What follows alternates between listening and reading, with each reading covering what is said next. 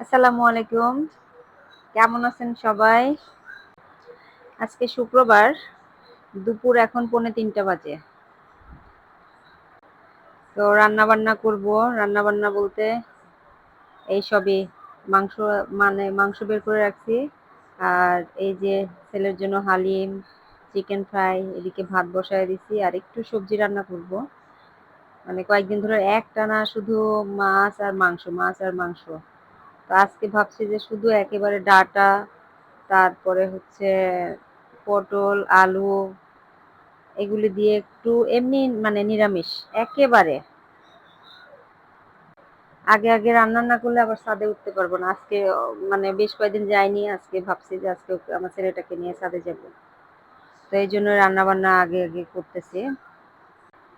এখন যা যা লাগে সবগুলো কাটাকাটি করব। আর এখানে যে বেগুনগুলা বোনের বাসা থেকে নিয়ে আসছিলাম, আমি আসলে এই বেগুনটা কখনো ভর্তা করিনি, কিভাবে করে তাও জানি না।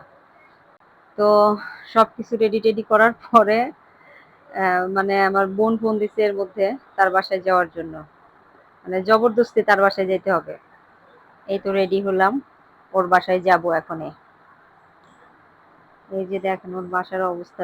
ওর এসির মিস্ত্রি আসছে কাজ করতে, এসি পরিষ্কার করতেছে।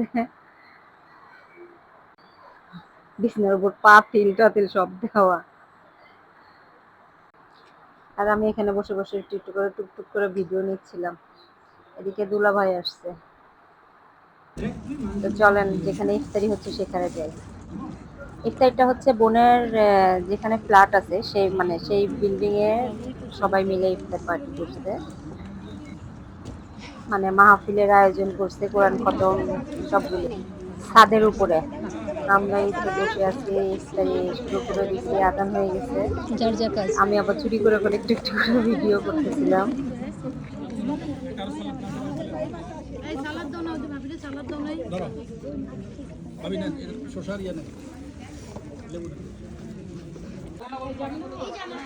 ইফতারি শেষে দেখেন খোলা আকাশের নিচে কি সুন্দর একটা ওয়েদার। এখনই নিচে নামবো। মানে বোনের ফ্ল্যাটের পাশে ভাবিটা আবার অনেক ভালো, ওনার বাসায় গিয়ে নামাজ পড়বো আমরা।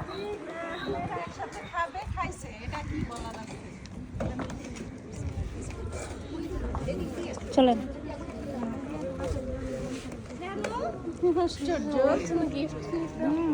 কেমন আছো?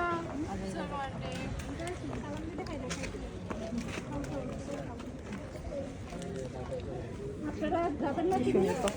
স্যার অন্যটা আমার পায়ের নিচে পড়ছে। Thank you.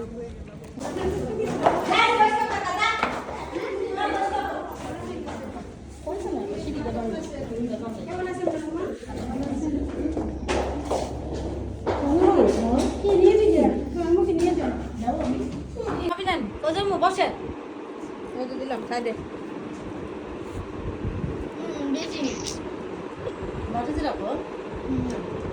উঠে নাকি কি আশ্চর্য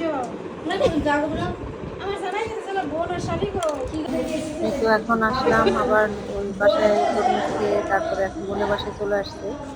ওর বোনের বাসার মানে বিল্ডিং এর সামনে যে খোলা ছাদটা, এই খোলা ছাদের এখানে আসলাম। আসলে সন্ধ্যার পরে কখনো ওইভাবে উঠি না তো আমরা ছাদে, এই জন্য 7:30 এই থেকে ওয়েদারগুলো পাওয়া যায় না। আর 8:30টার ওদের মধ্যে বের হয়ে যাবো ভাবি। ছাদে অনেক গাছ অনেক রকমের গাছ আছে। আম, মানে অনেক রকমের গাছ আছে, ফুলের গাছও আছে আবার মাঝে মাঝে। হ্যাঁ এই যে বাবা আমি একটু পরে চলে আসবো 15-20 মিনিট কিসে এক মোবাইল দুইজনের? আমি তো ভিডিও করতেছি। তোমাকে নেই না। যাই হোক, এখন বাসায় আসলাম। বাসায় এসে ইফতারির সময় যে খাবারগুলো দিছিল, খাবার তো ওভাবে খাওয়া হয় নাই। মানে তিহারি রান্না করছে সেটা আমরা ওভাবে খাইনি। তাই আমার বোন আবার বাটি 2টা করে দিয়ে দিছে। দেখেন মানুষের রিজিক আসলে কি। বাসায় রান্না করতেছিলাম আর এই ফাঁকে আবার মানে বোনের বাসায় গিয়ে খেয়ে আসলাম। মানে আমার ইফতারিটা ওখানে লেখা ছিল আজকে। আজকের রিজিকটা আমার ওদিকে ছিল। আসলে কে কখন কোথায় থাকি, কেউ কোথায় চলে যায় এটা বলা মুশকিল। আজকে আছি কালকে নাই, নিঃশ্বাসেরও যেমন বিশ্বাস নাই, কোনো কিছু আসলে পরিকল্পিতভাবে হয় না, হুটহাট করে অনেক কিছু হয়ে যায়। আজকে যে ওদের বাসায় আমরা ইফতারি করব এটা কখনো মানে কল্পনাও করি নাই যে আজকে বোনের বাসায় যাব। আমি প্ল্যান করতেছিলাম যে সোমবার অথবা মঙ্গলবারে যাব, সেখানে আজকেই চলে গেছে। যাই হোক, এখানে খাবারগুলো অনেকক্ষণ আগে যেহেতু প্যাকেট করছে, তো আমি ভাবলাম যে একটু মানে প্লেটে ছড়াই দিই, তাহলে মানে নষ্ট হবে না। নিচের খাবারগুলো তো গরমে অনেক সময় ঘেমে যায়, নষ্ট হয়ে যায়, আঠা আঠা হয়ে যায়, সেজন্য করে দিলাম। আজকে মজার বিষয় একটা, সকালে যখন ঘুমাচ্ছিলাম মানে ঘুম থেকে ওঠার আগে স্বপ্ন দেখতেছিলাম আমি কোথায় যেন মানে বিরিয়ানি খাচ্ছি, বুঝছেন, কোনো একটা ঈদ বা কিছু একটা, অনেক মানুষজন সাথে করে আমি বিরিয়ানি খাচ্ছি। পরে এই স্বপ্নের কথা আবার আমার বোনকে বলছি, ও হাসতে হাসতে শেষ, যে আমার স্বপ্ন সত্যি হয়ে গেছে। এখন বিরিয়ানি গুলা রেডি করে রেখে যাবো। সেই যে দুপুরের দিকে আমি সবজি বের করে রাখছি, সে সবজি তো রান্না করি নাই, রান্না করার তো সময় পাই নাই। এখন এটা সবজিটাই রান্না করব, আর বেগুনটা ভর্তা করব না, বেগুনটা কালকে করে ফেলবো ভর্তা। চলেন সবজি রান্না করি। বাইরে এত বাতাস হচ্ছে যে চুলা জ্বালাইতে পারবো কিনা এরকম অবস্থা। দেখেন আগুন কেমন করতেছে, বাইরে প্রচুর বাতাস হচ্ছে। মাশাল্লাহ। তো আজকের মতো এ পর্যন্তই। সবাই ভালো থাকবেন, সুস্থ থাকবেন, সাবধানে থাকবেন। আমাদের জন্য দোয়া করবেন, আমি আপনাদের জন্য দোয়া করব। আর ভিডিওটা কেমন লাগলো অবশ্যই কমেন্ট করে জানাবেন।